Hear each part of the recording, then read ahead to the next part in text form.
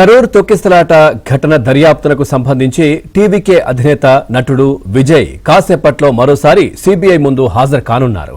నిన్న సాయంత్రమే విజయ్ ప్రత్యేక విమానంలో చెన్నై నుంచి ఢిల్లీ చేరుకున్నారు.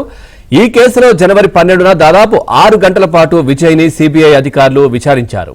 ఇవాళ మరోసారి విచారణకు హాజరు కావాలని నోటీసులు ఇచ్చారు.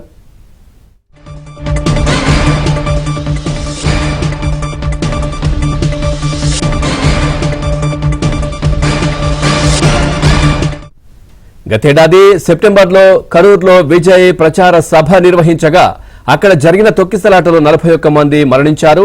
ఈ ఘటనపై దర్యాప్తు చేస్తోన్న సిబిఐ పలువురు టీవీకే నేతలను విచారించింది. మరోవైపు ఈ కేసులో అనేక లోపాలున్నాయని చెబుతోన్న టీవీకే ఘటన జరిగినప్పుడు అక్కడున్న పోలీసుల సంఖ్యపైన ముఖ్యమంత్రి, డీజీపీ వేర్వేరు ప్రకటనలు చేశారని ఆరోపించింది.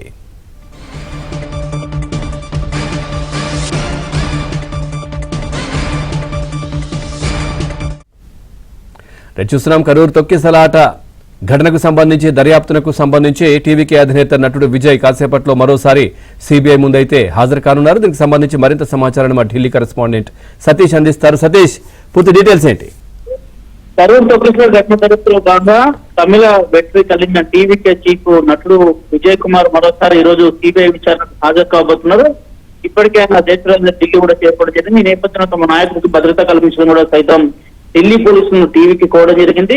ఇక సెప్టెంబర్ 20న కరూర్ తొక్కిసలాట ఘటనలో పెద్ద ఎత్తున విజయ్ ఒక సభ నిర్వహించారు. సభలో జరిగిన తొక్కిసలాటలో 41 మంది మృతి చెందడం జరిగింది. ఇక సుప్రీంకోర్టు ఆదేశాల మేరకు సిబిఐ సైతం కూడా దీని కేసును విచారిస్తున్న నేపథ్యం తాజాగా ఇటీవల ఆయన ఒకసారి నోటీసులు జారీ చేశారు. ఆ సందర్భంగా సిబిఐ ముందుకు వచ్చారు. ఈ రోజు కూడా సిబిఐ విచారణకు హాజరు కావడం నేపథ్యం సిబిఐ కార్యాలయంలో పెద్ద ఎత్తున కూడా భారీ భద్రతను ఏర్పాటు చేసే అవకాశం ఉంది. టీవీకే నేతలు సైతం కూడా ఈ మేరకు అటు ఢిల్లీ పోలీసులు కూడా లేఖ రాయడంతో పాటు భద్రత కూడా కల్పించాల్సిందో కూడా వారు విజ్ఞప్తి చేసిన నేపథ్యంలో ఇటీవల సిబిఐ నటుడు విజయ్ కు సమానంలో మంజూరు చేసింది. తాజాగా ఈ రోజు విచారణకు హాజరు కాబోతున్న నేపథ్యంలో సిబిఐ విచారణ సందర్భంగా నటుడు విజయ్ ని ఏ రకమైన క్వశ్చన్లు అడుగుతారనేది కూడా కొంత ఉత్కంఠ నెలకొంది. ఎందుకంటే గతంలో కూడా ఈ కేసు పైన పెద్ద ఎత్తున కూడా చర్చ జరిగింది. ఒకరు కాదు, ఇద్దరు కాదు, ఏకంగా 40 మందికి పైగా కూడా మృత్యువార్త చెందడం, దాదాపు తొక్కిసలాట ఘటన సందర్భంగా కూడా Vijay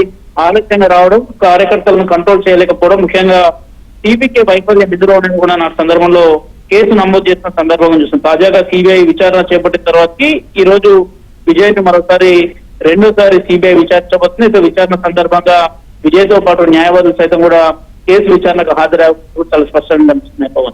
right, thank you Satish, thanks for the updates.